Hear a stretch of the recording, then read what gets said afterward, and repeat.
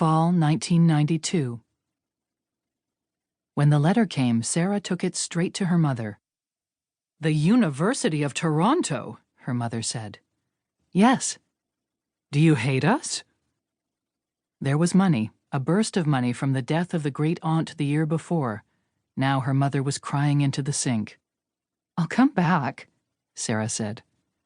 Then it was August and she was on a plane.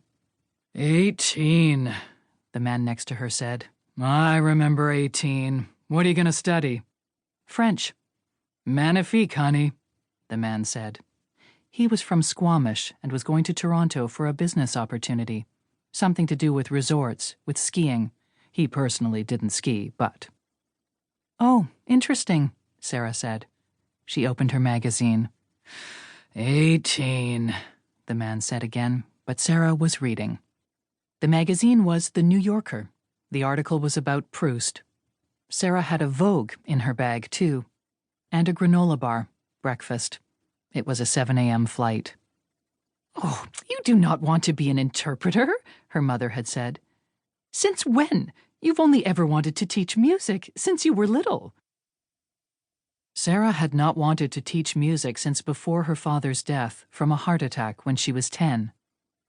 With French I could go into government, the foreign service, law. Though in truth she had already decided to go into fashion. What did that mean? She wasn't sure. She hated them all. She wasn't pretty. It had something to do with taste.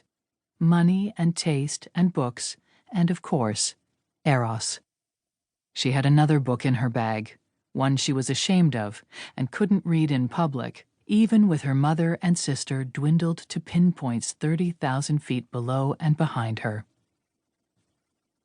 They landed mid-afternoon Toronto time. The man next to her wished her luck and asked her if she had a place to stay. "With friends," she lied.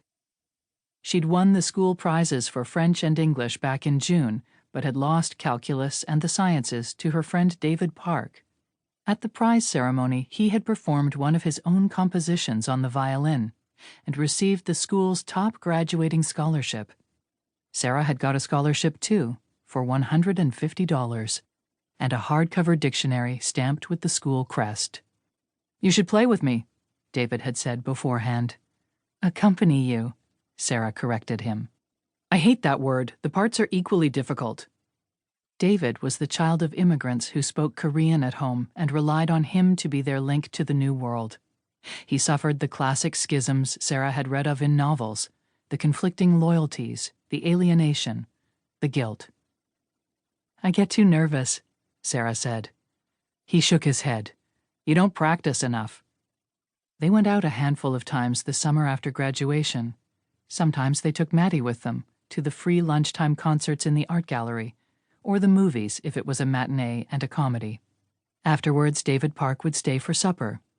Sara's mother tried Chinese recipes on him, chicken with peeled almonds, strange yellow curries, that she'd never made before and never would again. They weren't good. Her mother also spoke to him too loudly and slowly, and would always bleach the bathroom after he'd left for the evening. But he was polite, and Mattie adored him, holding his hand most everywhere they went, which he claimed not to mind. Sara suggested increasingly forbidding outings. A Cindy Sherman exhibit. Kieślowski's The Decalogue at the Pacific Cinematheque, so that they'd have a reason to leave Mattie at home. He drove her home after the Cinematheque and, as she was removing her seatbelt, asked if he might kiss her. Dry lips, mint, some anticipatory candy or other. So that was out of the way. She was leaving in 2 days. "I'll keep an eye on Mattie for you while you're away," he said.